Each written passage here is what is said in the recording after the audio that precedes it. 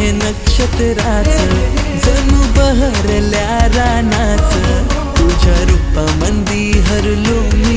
काय होईल या खुळ्या मनाचं आलं 16व वरीस प्रेमाचं नातं जडलंय तुझं नि माझं तुझ्या नजरेला भुललो मी आभाळ फुटलंय माझ्या मनाचं तुझ्यासाठी मी आंदण आणली माझ्या इश्काची दौलत ही तुझ्यासाठी मी आंदण आणली माझ्या इश्काची दौलत ही